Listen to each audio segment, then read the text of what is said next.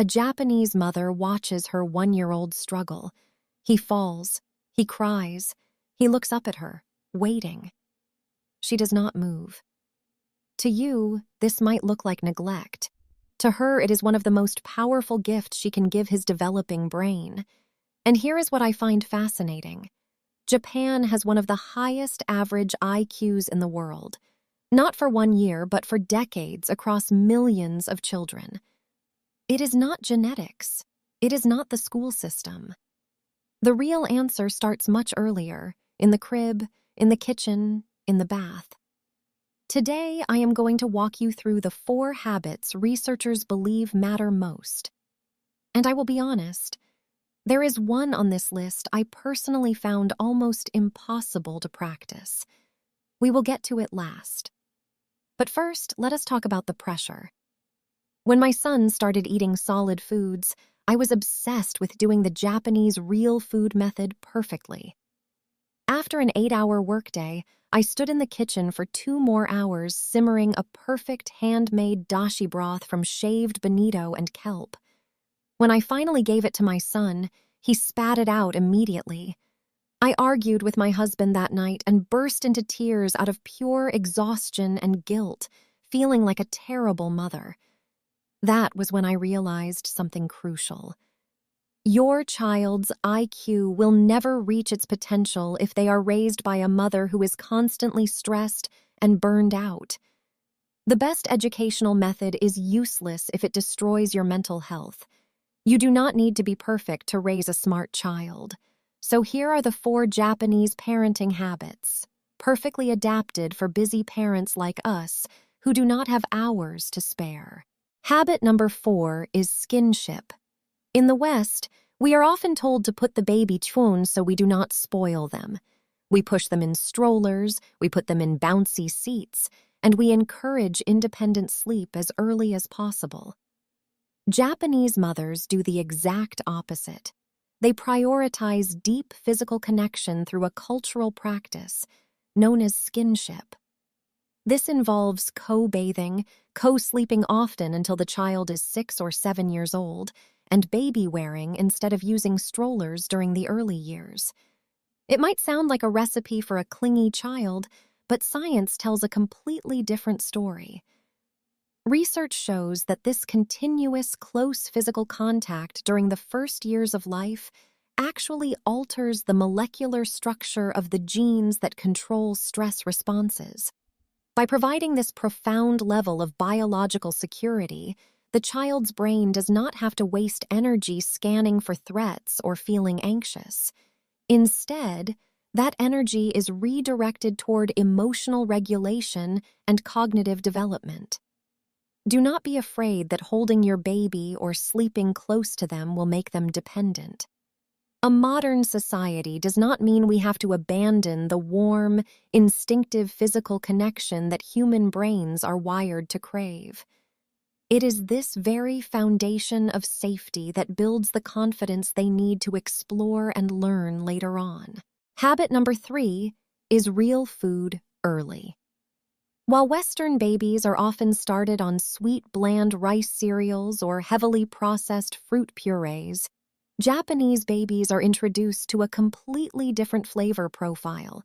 From 5 to 6 months old, they are eating complex, savory, and even bitter flavors like miso broth, white fish, seaweed, and tofu. The brain is made up of nearly 60% fat, and the massive amounts of DHA and omega-3 fatty acids found in this traditional seafood-heavy diet are the literal building blocks for brain structure. The ALPAC study from the University of Bristol confirmed a direct link between early seafood consumption and higher verbal IQ and fine motor skills. Food is not just calories for physical growth. It is food for the brain. Introducing these complex flavors early not only builds neural pathways but also shapes a lifelong, healthy relationship with food. Now, I know what you are thinking. I work full-time and I do not have 2 hours a day to make traditional miso soup from scratch. This brings us to the busy parent adapter. You do not need to cook a complex Japanese menu to get these brain-building benefits. If you do not have miso, just use simple bone broth simmered overnight in a slow cooker. You can use basic whole foods like salmon or avocado that require almost zero prep time. As long as you are offering real, whole foods with complex flavors instead of processed, sugary purees, your child's brain is getting the exact same developmental signals. You get the high IQ benefits without the burnout. Habit number 2 is a concept called Katarikake Iikuji. In many Western households, we naturally slip into high-pitched baby talk, using simplified words and exaggerated noises. We think it is cute. But Japanese mothers practice something profoundly different. Katarikake Iikuji translates to talking to a child with respect, treating them as an equal conversational partner from day one. They use full, grammatically correct sentences and sophisticated vocabulary, even when the baby cannot talk back. A landmark study by researchers Hart and Risley found that by age 3, children from families who spoke to them frequently and with complex language had heard 30 million more words than their peers.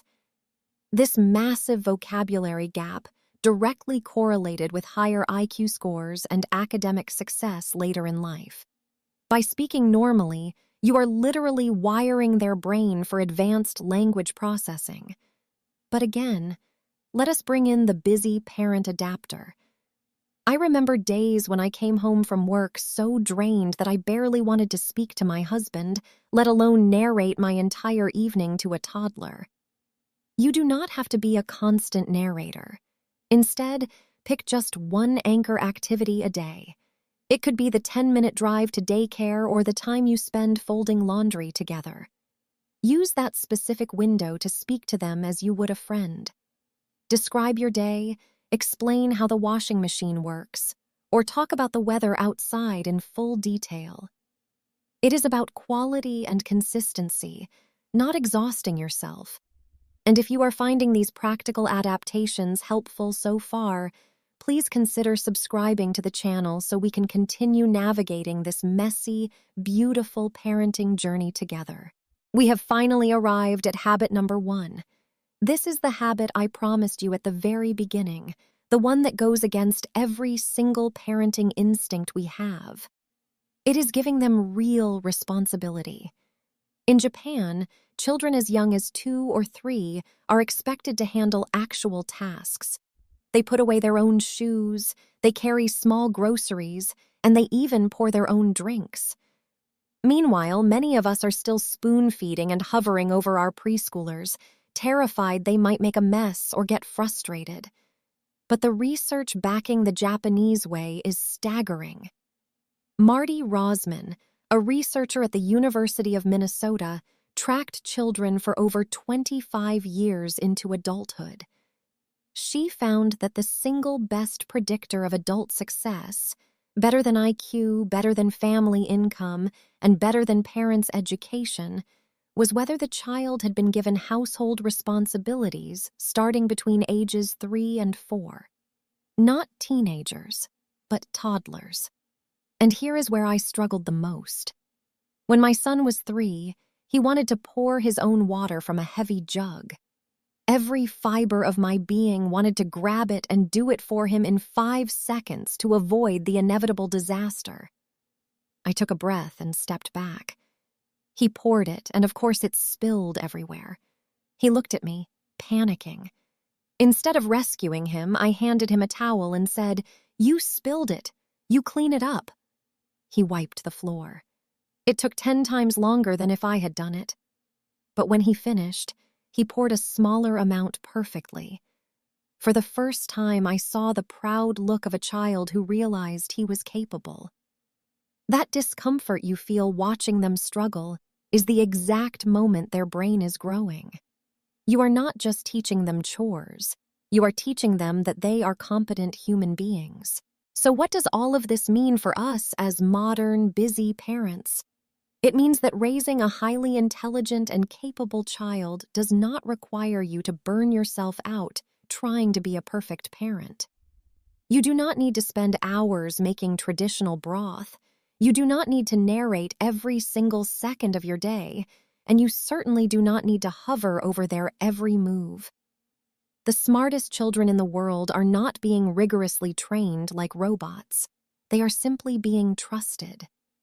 By giving them biological security through physical closeness, offering them real unprocessed food, speaking to them with profound respect, and allowing them to handle real-world responsibilities, you are doing more for their developing brain than any expensive educational toy ever could. And it all comes down to one single, powerful rule that you can take with you starting tomorrow morning. Do not rob your child of the opportunity to struggle. Your peace of mind and their cognitive development actually go hand in hand. Now, I would love to hear from you in the comments section down below. Which of these 4 Japanese habits do you think will be the absolute hardest for you to practice in your own home? For me, it is definitely resisting the urge to jump in and clean up the spilled water. Let me know your thoughts. I read every single comment. And if you found this perspective helpful and want more practical, guilt-free parenting strategies that actually fit into a busy life, make sure to hit that subscribe button right now so you do not miss our upcoming videos. You are doing a great job. Trust yourself and trust your child. I will see you in the next video.